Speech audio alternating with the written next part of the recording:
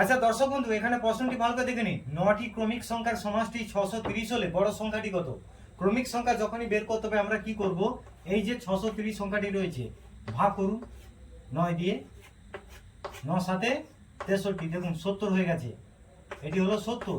এবারে এই 70টাকে মাঝখানে রাখুন। কটি ক্রমিক সংখ্যা রয়েছে? 9টি। তাহলে আমাদেরকে 9টি ঘর করতে হবে, এটি মাঝখানে রাখতে হবে। ঠিক আছে, দেখুন এখানে 70 রাখবেন, এখানে 4টি সংখ্যা বাড়াবেন, 4টি ঘর করবেন, 1 2 3 4 হয়ে গেল। এপাশেও 4টি ঘর বাড়াবেন, 1 2 3 4 হয়ে গেছে, এটি মাঝখানে রয়েছে। দেখুন 4 4 8, 70 নিয়ে 9, 9টি ঘর হয়ে গেছে। এবার দেখুন 70-এর আগে কে কে রয়েছে? 69, 68, 67, 66। এবারে বড় কে রয়েছে? দেখুন 71, 72, 73, 74।